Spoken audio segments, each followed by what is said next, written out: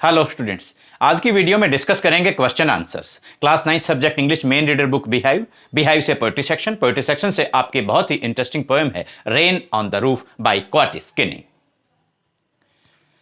Question answers हम discuss करेंगे। ये वॉल्यूम नंबर 1 है। वॉल्यूम नंबर 2 जल्द ही आपके अपने YouTube channel just fun with English with Ashok Kumar and Sujata पर अपलोड कर दी जाएगी। साथ में ये जो सारे क्वेश्चंस और आंसर्स हैं ये आपकी अपनी वेबसाइट परीक्षासफलता.com पर रिटर्न फॉर्म में आपको मिल जाएंगे। क्वेश्चन नंबर 1 हमने लिया textual question. Explain the meaning of the following phrases. ये कुछ फ्रेजेस दिए गए हैं, 5 फ्रेजेस दिए गए हैं। इनके मीनिंग या आप कहें सरल अर्थ, आसान अर्थ आपको बतलाना है, समझाना है। नंबर 1 है ह्यूमिड शैडोज। ह्यूमिड शैडोज, देखिए इसका अर्थ क्या होता है?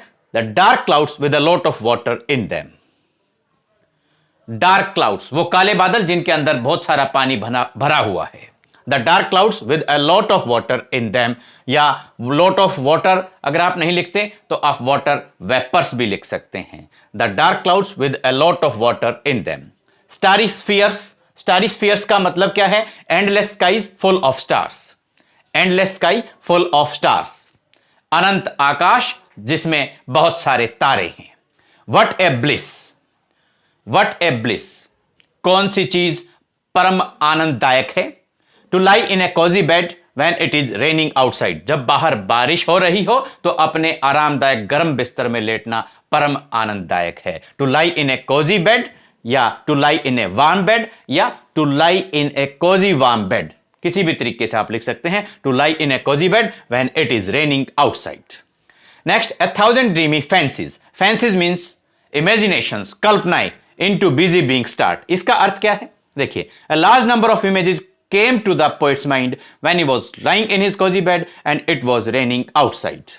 जब पोएट अपने गर्म आरामदायक बिस्तर में लेटे हुए थे, बाहर बारिश हो रही थी, तो बहुत सारी कल्पनाएं उनके दिमाग में आई।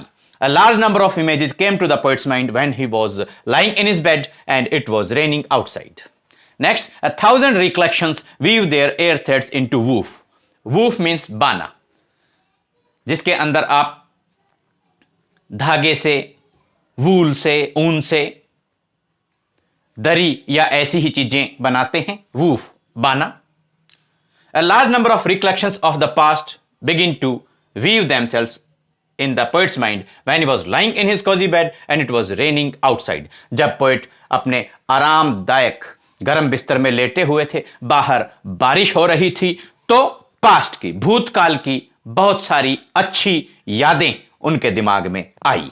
A large number of recollections of the past begin to weave themselves in the poet's mind when he was lying in his cozy bed and it was raining outside. Question number 2 दिया, बिल्कुल छोटा सा answer है। Is the poet now a child, is his mother still alive.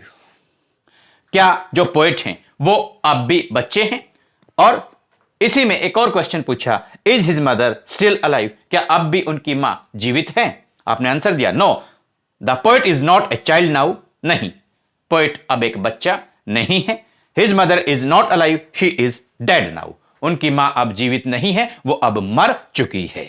No, the poet is not a child now. His mother is not alive. She is dead now. Students, Rain on the Roof poem के question answers की volume number 1 थी। Volume number 2 में जल्द ही आपसे फिर होगी मुलाकात। Thanks, have a nice day.